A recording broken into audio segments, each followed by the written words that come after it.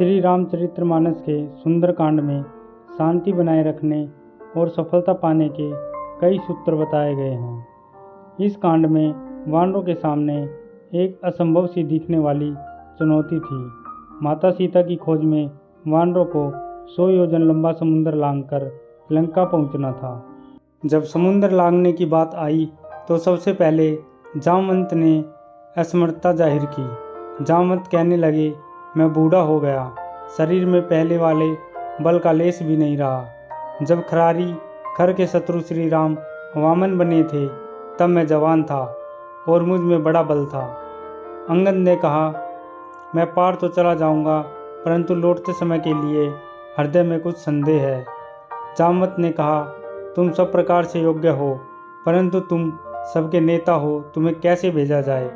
जामवंत के बाद अंगद ने कहा कि मैं लंका तक जा तो सकता हूँ, लेकिन समुद्र पार करके फिर लौट पाऊंगा, इसमें संदेह है।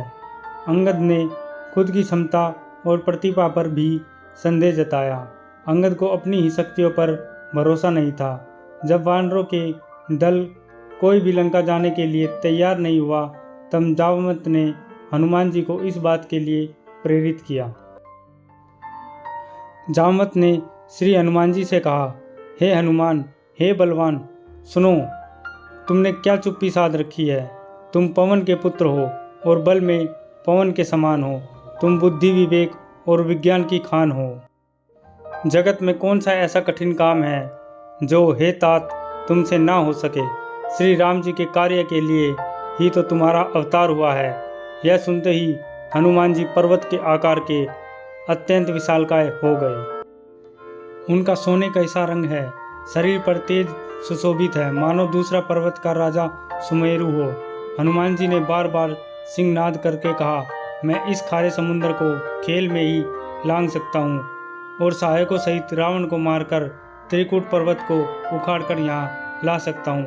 हे जामवंत, मैं तुमसे पूछता हूँ, तुम मुझे उचित सीख देना कि मुझे क्या करना चाहिए। जामवंत ने कहा, हे तात, तुम जाकर इतना ही करो कि सीता माता को देखकर लौट आओ और उनकी खबर कह दो। फिर कमल नयन श्री राम जी अपने बाहुबल से ही राक्षसों का संहार कर सीता जी को ले आएंगे। केवल खेल के लिए ही वे वानरों की सेना साथ लेंगे। हनुमान जी को उनकी शक्तियाँ याद आ गई और उन्होंने अपने शरीर को पहाड़ जैसा बड़ा बना लिया। आत्मविश्वास से भरकर वे बोले कि अभी ही एक छलांग में समुद्र लांघकर लंका उजाड़ देता हूँ और रावण सहित सारे राक्षसों को मारकर सीता माता को ले आता हूँ।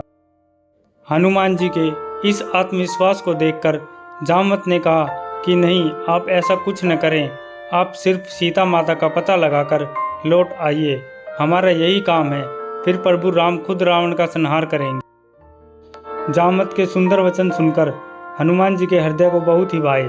वे बोले, हे भाई, तुम लोग दुख सहकर कंद मूल फल खाकर तब तक मेरी राह देखना।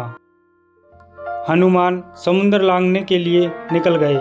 सुरसा और सिंहसा नाम की राक्षसनियों ने रास्ता रोका भी, लेकिन उनका आत्मविश्वास कम नहीं हुआ। इससे हमें सीख मिलती है, अगर हमें अपनी शक्तियों पर ही संदेह होगा तो हम कभी भी कोई उल्लेखनीय काम नहीं कर पाएंगे। किसी भी काम की शुरुआत में मन में कई तरह की बातें चलती रहती हैं। नकारात्मक बातों की वजह से सफलता हमसे दूर हो जाती है। इसलिए कभी भी अपनी शक्तियों पर संदेह न करें और सकारात्मक सोच बनाए रखें। जय श्री राम।